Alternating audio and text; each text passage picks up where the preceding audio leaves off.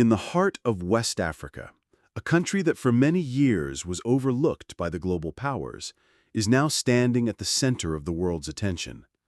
Burkina Faso, a landlocked nation with vast natural wealth hidden beneath its soil, has recently begun to reshape its destiny. Once trapped under the shadow of colonial exploitation and foreign interference, the country is now rewriting its future, choosing to reclaim what belongs to its people. And it is here, in this critical moment, that the arrival of a wealthy figure from the Middle East has sent shockwaves across the world. An Omani billionaire, carrying with him not just wealth, but also the power to shift alliances, has landed in Burkina Faso. His mission? To secure tons of gold, to forge an unprecedented partnership, and to open a new chapter in the story of Africa's resources and the global race for power. The news of his arrival spread quickly through Ouagadougou, the capital city. The streets buzzed with speculation. Who was this man, and what did he want? Why would someone from the Arabian Peninsula fly into a nation that had recently shaken off Western dominance to assert its independence? The answer, as always, was rooted in gold. Gold has long been both a blessing and a curse for Burkina Faso. For centuries, foreign empires and multinational corporations extracted it, exported it, and enriched themselves while the people of the land remained poor. But under Captain Ibrahim Traoré, the new military leader of Burkina Faso, the narrative has begun to change. He has stood firmly against exploitation, declared that Burkinabe gold will no longer be smuggled out unchecked, and insisted that the wealth of the soil must finally serve the citizens who live upon it. So when the Omani billionaire landed, it was not to take control as so many foreign actors had done before. Instead, it was to negotiate, to invest, and to create a joint future. The images of the arrival showed warm handshakes, guarded smiles, and the quiet tension of history being made. For Burkina Faso, this was not just another deal. This was a declaration to the world that it was free to choose its partners. For Oman, it was a signal that its strategy of diversifying away from oil was not a dream of tomorrow, but a practical reality today. Both sides needed this partnership, and both sides stood to gain. The setting of this meeting was symbolic. Gold mines in Burkina Faso are not just places of work. They are scars in the earth that tell the story of centuries of exploitation. Local communities often see the mines as double-edged swords, promising wealth, yet bringing danger and instability. Under previous regimes, much of the profit vanished abroad, leaving behind environmental destruction and broken promises. But Traoré has been adamant that no longer will Burkina Faso's gold enrich only outsiders. The National Refinery Project, the strict oversight of exports, and the fight against smuggling have all demonstrated a determination that has surprised many observers. Into this atmosphere, the Omani billionaire walked not as a colonial master, but as a partner seeking mutual benefit. And that distinction, subtle though it may seem, is what makes this moment historic. The conversations between Traoré and the Omani delegation were intense.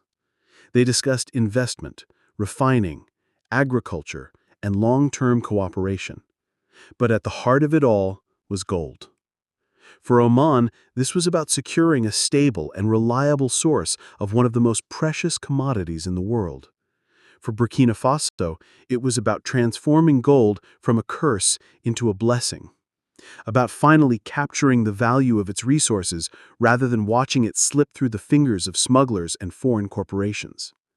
The symbolism was not lost on anyone. An African nation standing tall, negotiating on its own terms, and welcoming a partner who came with respect rather than domination.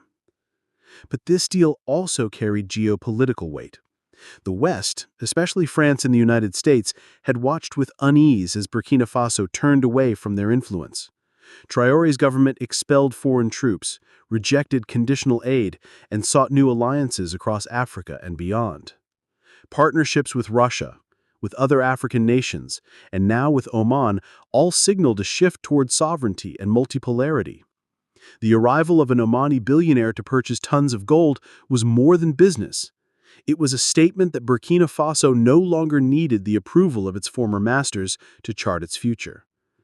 In cafes, in markets, and in the countryside, ordinary Burkinabe spoke with pride about their nation's stand.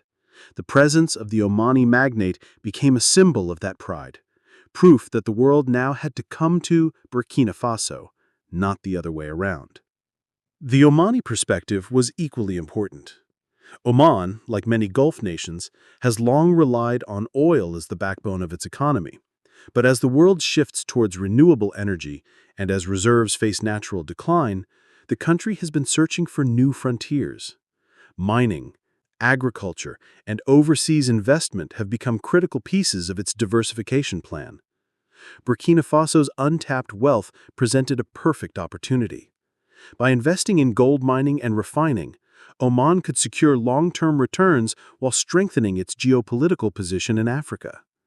The billionaire's visit was not a spontaneous gesture. It was the visible tip of a carefully calculated strategy, one that tied together economics, diplomacy, and the future of resource politics. Yet beneath the polished images of handshakes and investment pledges, there lingered deeper questions. Would this partnership truly benefit the people of Burkina Faso? Or would it be another chapter in the long saga of outsiders profiting from African soil? Would Traoré's insistence on sovereignty hold strong in the face of vast sums of money and the complex pressures of geopolitics? Would the Omani billionaire remain a partner, or would economic power eventually tilt the balance in his favor? These questions echoed in the minds of analysts and citizens alike. History had taught hard lessons, and trust could not be given lightly.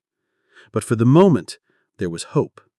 Hope that this deal could mark the beginning of a new kind of relationship between Africa and the world. In the days following the arrival, the atmosphere in Burkina Faso was one of cautious optimism. Newspapers reported the story with bold headlines. Radio stations buzzed with commentary.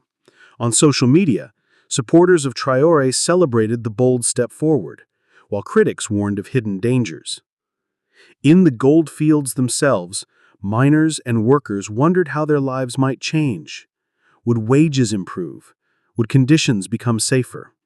Would communities finally see the benefits of the wealth that lay beneath their feet? These were the questions that mattered most, far more than the diplomatic statements or the international headlines. For the people, the true test would be whether this partnership could transform daily life. Beyond Burkina Faso, the ripples spread across Africa. Leaders in neighboring countries watched closely. Could they too attract new partners?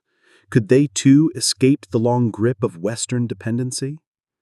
The visit of the Omani billionaire became a symbol not just of one nation's struggle, but of a continent's awakening. Across the Sahel, where poverty and conflict had long overshadowed potential, the message was clear. Africa was not a victim. Africa was not a resource pool for others. Africa was a rising force with the power to decide its own path. This message resonated deeply, fueling discussions and inspiring new visions of unity and independence. For Oman, the story did not end with gold. The billionaire's visit opened doors to agriculture, infrastructure, and long-term development projects. In the vision of both nations, this was not a one-time transaction, but the beginning of a lasting partnership. Delegations spoke of joint ventures, of shared refineries, of training programs, of building an economic bridge between the Middle East and West Africa. If realized, these projects could change not only the economies of both nations, but also the balance of global trade. Gold was the spark, but the fire it ignited could spread far beyond. As night fell over Ouagadougou after the historic arrival, the streets were filled with quiet conversations. Families gathered over meals to talk about the news. Traders in the markets debated what the deal would mean for prices. Farmers in rural villages wondered whether investment in agriculture might follow. There was uncertainty yes, but there was also pride. For too long, the people of Burkina Faso had seen their wealth taken, their sovereignty denied, and their voices silenced. Now, they felt the winds of change. The billionaire's plane on the tarmac was more than an aircraft. It was a symbol that the world had to come to them, that their land, their gold, their future were no longer to be dictated by others. This is the beginning of a new story, a story where the deserts of Oman and the gold fields of Burkina Faso are connected not by exploitation, but by partnership. A story where African nations negotiate on equal terms, where resources are not stolen but shared, where leaders stand firm and refuse to bow to pressure. The Omani billionaire may have come seeking gold, but what he found was a nation